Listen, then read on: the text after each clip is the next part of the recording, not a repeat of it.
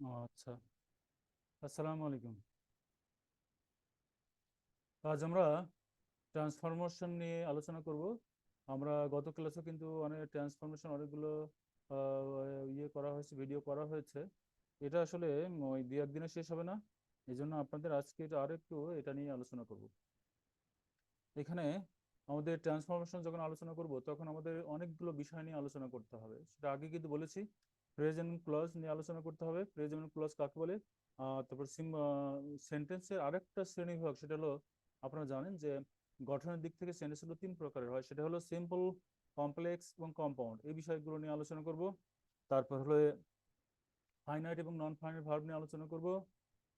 এগুলো আলোচনা করার সময় তারপরে অ্যাফার্মেটিভ, তারপরে নেগেটিভ সেন্টেন্স কিভাবে করা যায় সেটা করব। টেন্স সম্পর্কে ভালো ধারণা রাখতে হবে। এর মধ্যে ভয়েস চেঞ্জ আছে, ট্রান্সফরমেশনের মধ্যে ভয়েস চেঞ্জ আছে। তারপরে হলো ডিগ্রি অফ কম্প্যারিজন আছে। তারপরে হলো রাইট ফর্মস অফ ভার্ব, টেন্সের যাবতীয় সবকিছু কিন্তু এর মধ্যে আছে। এটা একটা বড় একটা চ্যাপ্টার। এটা এটা যারা ভালো করতে পারবে তারা গ্রামারের অন্যান্য অংশ এও তারা ভালো করতে পারবে বলে আমি আশা রাখি। এখানে প্রথমেই আমি কিন্তু বারবার আপনাদের একটু বলে রাখছি যে আমি আপনাদের আসলে প্রিপেয়ার করছি যে যে ওই যে একটা কঠিন একটা চ্যাপ্টার কিভাবে ট্যাকেল করতে হবে, কিভাবে অ্যাড্রেস করতে হবে, সেটা নিয়ে আপনাদের আসলে রেডি করছি আর কি। এখানে বলা হচ্ছে যে ফ্রেজ এবং ক্লজ কাকে বলে, এটা নিয়ে অতীতেও মানে প্রিভিয়াস ক্লাসে কিন্তু আলোচনা করা হয়েছে। তো ফ্রেজ হলো, আমি আর একটু বলে রাখি যে রিক্যাপ করার জন্য, যে ফ্রেজ হলো এমন কতগুলো শব্দের সমষ্টি যেখানে কোনো সাবজেক্ট বা প্রেডিকেট থাকবে না। আমরা আরো বলি যে ফ্রেজ হলো এমন কতগুলো শব্দের সমষ্টি যেখানে কোনো সাবজেক্ট এবং কোনো ফাইনাইট ভার্ব থাকবে না। আর ক্লজ হলো এমন কতগুলো শব্দের সমষ্টি যেখানে সাবজেক্ট এবং ফাইনাইট ভার্ব থাকবে। হ্যাঁ, তাহলে ক্লজ হলো এমন কতগুলো শব্দের সমষ্টি যেখানে সাবজেক্ট এবং ফাইনাইট ভার্ব থাকবে। আবার ক্লজের একটা মূল বিষয় হলো ক্লজ হয় তিন প্রকারের, সেটা হলো প্রিন্সিপাল ক্লজ বা ইন্ডিপেন্ডেন্ট ক্লজ, সাবঅর্ডিনেট ক্লজ বা ডিপেন্ডেন্ট ক্লজ এবং কোঅর্ডিনেট ক্লজ। তাহলে বুঝতে পেরেছেন, তাহলে ক্লজ কয় প্রকার, ক্লজ কত প্রকার হচ্ছে? ক্লজ হচ্ছে তিন প্রকারের, সেটা হলো প্রিন্সিপাল ক্লজ বা independent clause, subordinate clause, subordinate clause বা ডিপেন্ডেন্ট ক্লজ এবং কোঅর্ডিনেট ক্লজ। এই তিনটা ক্লজ নিয়ে কিন্তু আমরা আলোচনা করব। তো এখানে আর হলো যখন আমরা সেন্টেন্সের গঠনের দিক থেকে সেন্টেন্স হলো তিন প্রকার, সেটা হলো সিম্পল, কমপ্লেক্স এবং কম্পাউন্ড। এটা নিয়ে অতীতেও কিন্তু আলোচনা করা হয়েছে। আমি আজকে আরেকটু তো আপনাদের মনে করিয়ে দিই। সেটা হলো সিম্পল সেন্টেন্স কাকে বলে। সিম্পল সেন্টেন্স হলো যে সেন্টেন্স একটি সাবজেক্ট এবং একটি ফাইনাল ভার্ব থাকে তাকে সিম্পল সেন্টেন্স বলে। হ্যাঁ, সিম্পল সেন্টেন্স আপনাদের সিম্পল সেন্টেন্স আমি আপনাদের সবচেয়ে যে জিনিসটা বুঝতে হবে সেটা হলো সেন্টেন্স। সিম্পল সেন্টেন্স আপনি কিভাবে বুঝবেন? যখন আপনি কোনো একটা প্রশ্ন, কোনো একটা সমস্যার সমাধান করতে যাবেন, তখন আপনাকে প্রথমে আইডেন্টিফাই করতে হবে যেটা সিম্পল সেন্টেন্স নাকি কমপ্লেক্স সেন্টেন্স নাকি কম্পাউন্ড সেন্টেন্স। এই জিনিসটা আপনাকে খুব ভালো মতো জানতে হবে। সেটা হলো আপনি সিম্পল সেন্টেন্স চেনার অনেকগুলো উপায় আছে। সেটা হলো সিম্পল সেন্টেন্স কিভাবে চেনা যাবে, সেটা হলো সিম্পল সেন্টেন্সের সঙ্গে বাই প্লাস জিরান থাকতে পারে, উইদাউট প্লাস জিরান থাকতে পারে, শুধু আপনার শুধু জিরান্ডও কিন্তু থাকতে পারে। হ্যাঁ, শুধু আহ, শুধু মানে উইদাউট প্লাস জিরান তো আর বাই প্লাস জিরান, শুধু জিরান্ডও কিন্তু থাকতে পারে, ইনস্পাইট অফ থাকতে পারে, বিকজ অফ থাকতে পারে। হ্যাঁ, তারপরে in place of, in Liu of, এই ধরনের ওয়ার্ড এবং ফ্রেজ আপনার ইয়ের মধ্যে থাকতে পারে। এই জন্য আপনাকে দেখতে হবে যে আপনি যদি মনে করেন, কেউ যদি আমাকে প্রশ্ন করে যে একটা সিম্পল সেন্টেন্স কে কমপ্লেক্স সেন্টেন্স কিভাবে করতে হবে, তাহলে আসলে এক এক কথায় এই প্রশ্নের উত্তর দেওয়াটা খুব টাফ। কারণ হলো আপনার it depends on the sentence pattern. মানে এটা হলো সেন্টেন্স প্যাটার্নের উপর নির্ভর করে সেন্টেন্সটা কি ধরনের আছে। সেন্টেন্স আপনি কি সিম্পল সেন্টেন্স করবেন, আপনার আগের সেন্টেন্সটা কেমন আছে, মানে এটা কি কম্পাউন্ডে আছে নাকি কমপ্লেক্স আছে, সেটা আপনাকে জানতে হবে। এই জন্য আপনি একবারে মানে প্রথমেই যে আপনি যদি মনে করেন যে আমি প্রথমে শিখে নিব এটা এটা কিভাবে হচ্ছে, তাহলে কিন্তু হবে না। কারণটা হলো আপনার সেন্টেন্সের উপর নির্ভর করে আপনাকে এগুলো চেঞ্জ করতে হবে। হ্যাঁ, তো এখানে আমি যদি যদি ধরেন যে একটা সেন্টেন্স আমি যদি এরকম নিই যে যদি বলা হয়, যে the healthy cows give us much milk. বলছে যে সমস্ত গরুগুলো হেলথি, মানে স্বাস্থ্যবান, গিভ আস মাচ মিল্ক, বলছে তারা আমাদেরকে বেশি বেশি দুধ দেয়। হ্যাঁ, তাহলে আপনাকে যদি এখানে এখানে যদি ধরেন কমপ্লেক্স করতে হয়, দি হেলথি কাউজ, হ্যাঁ, যে এখানে বলা হচ্ছে যে হেলথি কাউজ মানে স্বাস্থ্যবান গরুগুলো গিভ আস মাচ মিল্ক। এইখানে যে আপনাদেরকে যদি কমপ্লেক্স করতে হয়, এটা সিম্পল আছে, এটা যদি কমপ্লেক্স করতে হয় তাহলে আপনাদের করতে হবে the cows who that are healthy. হ্যাঁ, তাহলে ওই বলা হচ্ছে যে যে কাউজ গুলো হেলথি স্বাস্থ্যবান, give us give us much milk, তাহলে সেই কাউগুলো আমাদেরকে বেশি দুধ দেয়। হ্যাঁ, তাহলে আচ্ছা এটা আমি আর একটু ছোট সেন্টেন্স বলি। ছোট সেন্টেন্স বলছে I was there in autumn. অর্থ হলো আমি সেখানে শরৎকালে ওখানে ছিলাম। হ্যাঁ, I was there in autumn, তাহলে এখানে এটা কোনো সিম্পল সেন্টেন্স, এটাকে কমপ্লেক্স করতে হবে। তাহলে আমরা জানি যখন কোনো ইয়ে না হয়, ইন অটাম কোনো আহ, সময় যদি হয়, তাহলে তার পরিবর্তে হোয়েন ব্যবহার করা হয়, তাই না, কমপ্লেক্স করার সময়। তাহলে এখানে প্রশ্নটা হচ্ছে I was there in autumn, তাহলে আমাদের উত্তরটা হবে I was there when it was autumn. এটা আমাদের করতে হবে, কারণটা হলো এই যে সময় যখন হবে তখন আমাদেরকে হোয়েন শব্দটা ব্যবহার করতে হবে। আমরা জানি যে ডাব্লিউএস কোশ্চেন ব্যবহার করতে হয় যখন ওই যে আমাদের কমপ্লেক্স সেন্টেন্স করতে হবে, ডাব্লিউএস কোশ্চেন ব্যবহার করতে হয়। আচ্ছা, আমি প্রথমে একটু একটু সোজা আর একটু সিম্পল সেন্টেন্স কিভাবে করা যায় সেটা একটু বলি। সিম্পল সেন্টেন্স কিভাবে করতে হবে, তো এখানে সিম্পল সেন্টেন্সটা আলোচনা করি। আচ্ছা, সিম্পল সেন্টেন্স কিভাবে সিম্পল সেন্টেন্স করা হবে, আমি সবচেয়ে সোজা যেটা আছে সেটা আমি করব। সোজা সেন্টেন্স সেখানে ধরেন এখানে বলছে he took the purse and ran away. এখানে বলছে হি টুক দ্য পার্স, মানে সে পার্সটা নিয়ে গেল, মানে কোনো একটা ছোট ব্যাগটা নিয়ে গেল, অ্যান্ড র্যান অ্যাওয়ে, এবং সে দৌড়ে পালালো। তাহলে আমাদের যখন এই যে আমি যখন বলেছি এই পরিবর্তনটা, মানে এই সেন্টেন্সটা হলো, এটা হলো কম্পাউন্ড আছে, কম্পাউন্ড সেন্টেন্সকে কিভাবে সিম্পল সেন্টেন্স করতে হবে। এখন নিয়মটা হলো এখানে সেন্টেন্সটা হচ্ছে যে he took the purse and ran away, যেখানে যেখানে আমাদের অ্যান্ড থাকবে, যেখানে কম্পাউন্ড সেন্টেন্স থাকবে এবং কোনো ভার্বের যে সাবজেক্ট এবং ভার্ব থাকবে, তখন এরকম যদি কোনো হয় যে প্রথম সাবজেক্ট ভার্ব এবং অবজেক্ট এরকম আছে, এবং সেক্ষেত্রে আমাদেরকে যখন সিম্পল সেন্টেন্স করতে হবে তখন প্রথম যে ভার্বটা আছে সেই ভার্বের সঙ্গে আইএনজি যুক্ত করলে কিন্তু ওটা আমাদের সিম্পল সেন্টেন্স হয়ে যাবে। যেমন আমাদের সেন্টেন্সটা ছিল he took the purse and ran away, তার মানে হলো taking the purse he ran away.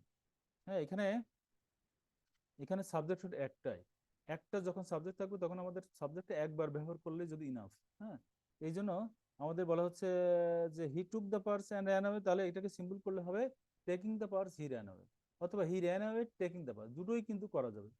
আপনি সাবজেক্টটা বা বাক্যের শেষের দিকে ব্যবহার করতে পারেন, আবার প্রথম দিকে ব্যবহার করতে পারেন। হ্যাঁ, তাহলে he ran away taking the purse, অথবা taking the purse he ran away. হ্যাঁ, এভাবে করলে আপনি এটা পরিবর্তন করতে পারবেন, এটা খুব সহজে পরিবর্তন করতে পারবেন।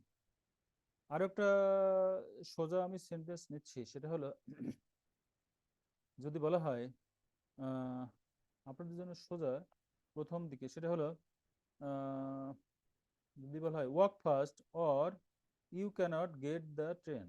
হ্যাঁ, তাহলে যেখানে বলছে ওয়াক ফাস্ট মানে দ্রুত হাঁটো, or you cannot get the train, অথবা তুমি ট্রেন পাবে না, দ্রুত হাঁটো অথবা তুমি ট্রেন পাবে না।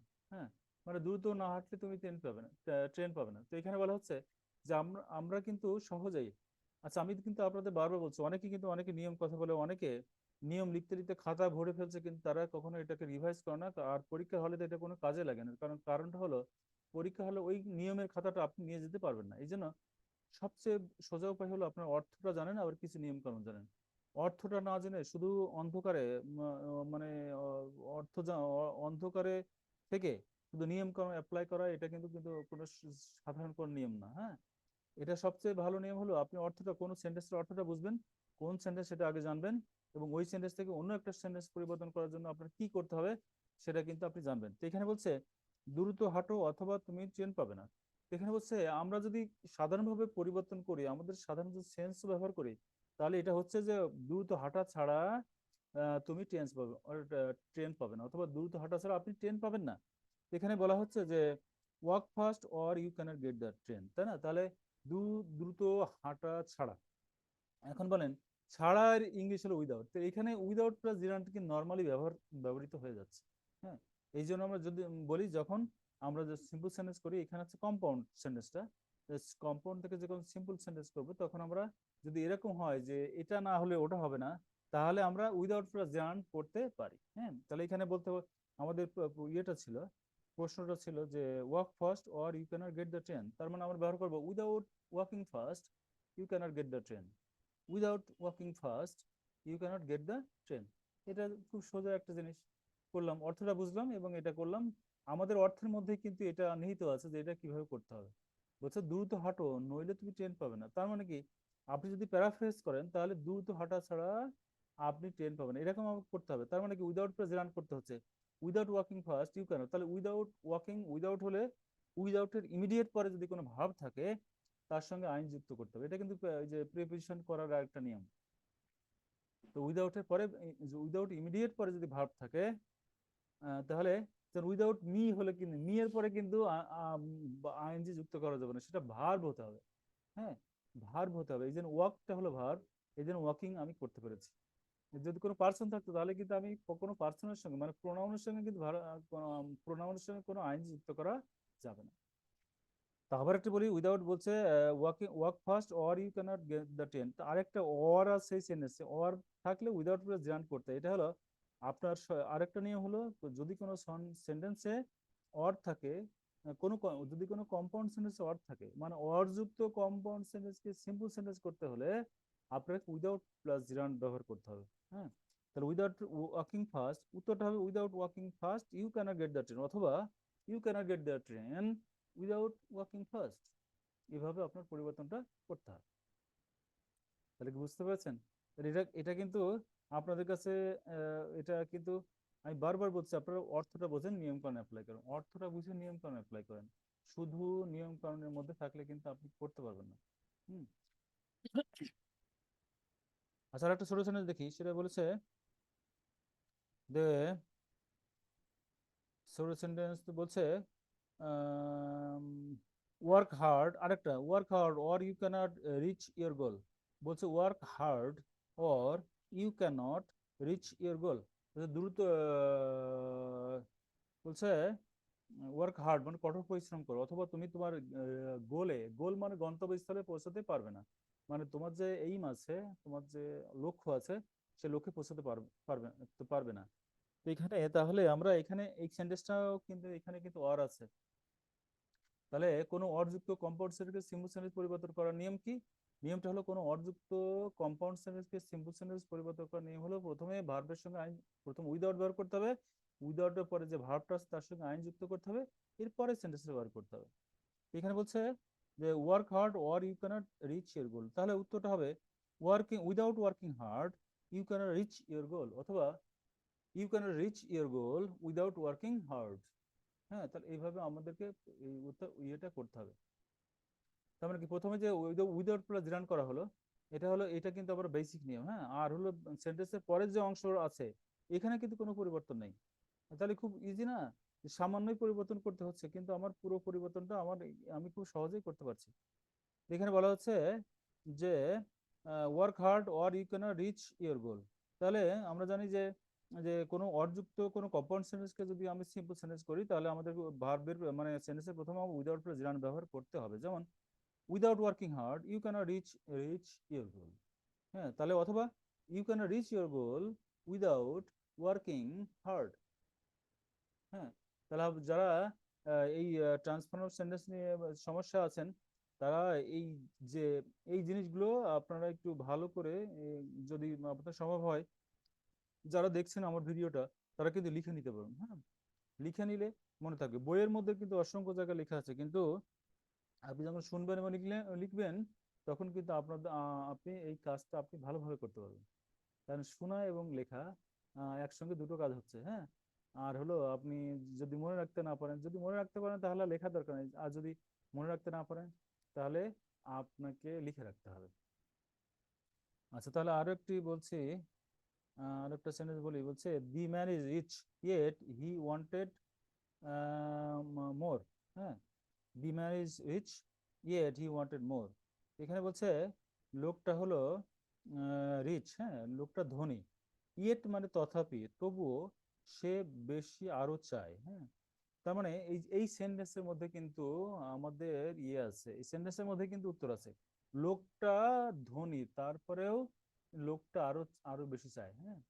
তার মানে কি, আমি এই পোস্টের মধ্যে এই যে আমি ইয়েটা করলাম, অর্থটা করলাম, এই অর্থটার মধ্যে কিন্তু আপনার ইয়েটা আছে, উত্তরটা আছে। হ্যাঁ, তো যারা বুঝতে পারেন তারা বলছে যে লোকটা ধনী তবুও চায়, তবুও মানে কি, তবু যখন আমরা যখন সিম্পল সেন্টেন্স করবো তখন হবে কি জানেন, তার ধন সম্পদ থাকা সত্ত্বেও সে আরো চায়। এটা কিন্তু আবার অন্তর্নিহিত অর্থ কিন্তু এর মধ্যে রয়েছে।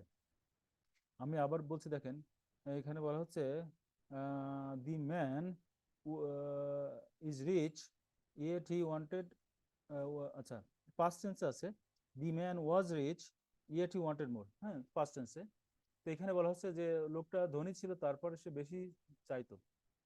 তাহলে এখানে ইয়েট ইয়েট মানে তথাপি, তো মানে তার সত্ত্বেও, হ্যাঁ, তথাপি মানে তথাপি মানে সে সে আসলে ধনী কিন্তু এর পরেও সে চাচ্ছে। তাহলে ইয়েট যেখানে থাকবে, যে ইয়েট, যদি ইয়েট হলো কম্পাউন্ডে থাকে, কম্পাউন্ডে যদি ইয়েট যুক্ত কোনো কম্পাউন্ড সেন্টেন্সকে যদি সিম্পল সেন্টেন্স করতে হয় তাহলে ইন স্পাইট এর ব্যবহার করতে হবে। ইন স্পাইট অফ, এবং ইন স্পাইট অফ এই শব্দটা পরিবর্তে এই ফ্রেজটার পরে যে ভার্বটা থাকবে তার সঙ্গে আপনার আইনজি যুক্ত করতে হবে। তাহলে এখানে বলা হচ্ছে ওয়াজ আছে, তাই না? তাহলে আমরা করতে পারি এখানে কতগুলো উপায় করা যায়, আমি কতগুলো আমি আমি কয়েকটা উপায় আপনাদের দেখাবো। সেখানে বলছে the man was rich yet he wanted more. তার মানে হলো আমাদের করতে হবে, আমাদের যে সিম্পল সেন্টেন্স করতে হবে, তাই না? তার in spite of his being rich, হ্যাঁ, in spite of his being rich the man wanted more. In spite of his being rich, আমরা জানি যে যদি কোনো সেন্টেন্সে ওয়াজ দেওয়া থাকে তাহলে সেখানে সেই সেন্টেন্স সিম্পল সেন্টেন্স করার আরেকটা শর্টকাট নিয়ে হলো সেখানে বিং ব্যবহার করতে হবে। আর যখন হ্যাভ হ্যাজ হ্যাড থাকবে সেখানে হ্যাভিং ব্যবহার করতে হবে, হ্যাঁ। তাহলে এখানে ওয়াজ আছে, তাহলে এই জন্য বিং করলাম। তার মানে আমরা করলাম হলো the man was rich yet he wanted more, তাই না? তাহলে আমাদের করতে হবে in spite of, in spite of his riches. Rich, rich মানে হলো, রিচ মানে রিচ মানে ধনী, আর এই তো ধন সম্পদের ইংলিশ রিচেস, RICHES, হ্যাঁ। In spite of his riches অথবা in spite of his being rich. Being করলে আপনাদের জন্য সুবিধা হবে, কারণ আমরা বলছি যেখানে কোনো সেন্টেন্সে অ্যামিজার ওয়াজার থাকবে সেখানে বিং করতে হবে। তার মানে in spite of his being rich the man wanted more, অথবা the man wanted more in spite of his being rich, হ্যাঁ। তার মানে এভাবে করলে আমাদের ইয়েটা সিম্পল সেন্টেন্সে করা যাবে। আচ্ছা, তারপরে আহ এইভাবে করা যায়, in spite of his riches, in spite of his riches, হ্যাঁ, দি ম্যান ওয়ান্টেড মোর, এভাবে কিন্তু করা যায়। তো এখানে যেহেতু শর্টকাট একটা নিয়ম আছে ওয়াজার, সেই জন্য আমরা বিং করবো। In spite of his being rich the man wanted more, এটা সোজা উপায় এবং নিয়মের মধ্যে আছে। নিয়মের মধ্যে থাকলে একটু সুবিধা বেশি। তো আজকে আমরা এখানে রাখছি, নেক্সটে আবার দেখা হবে।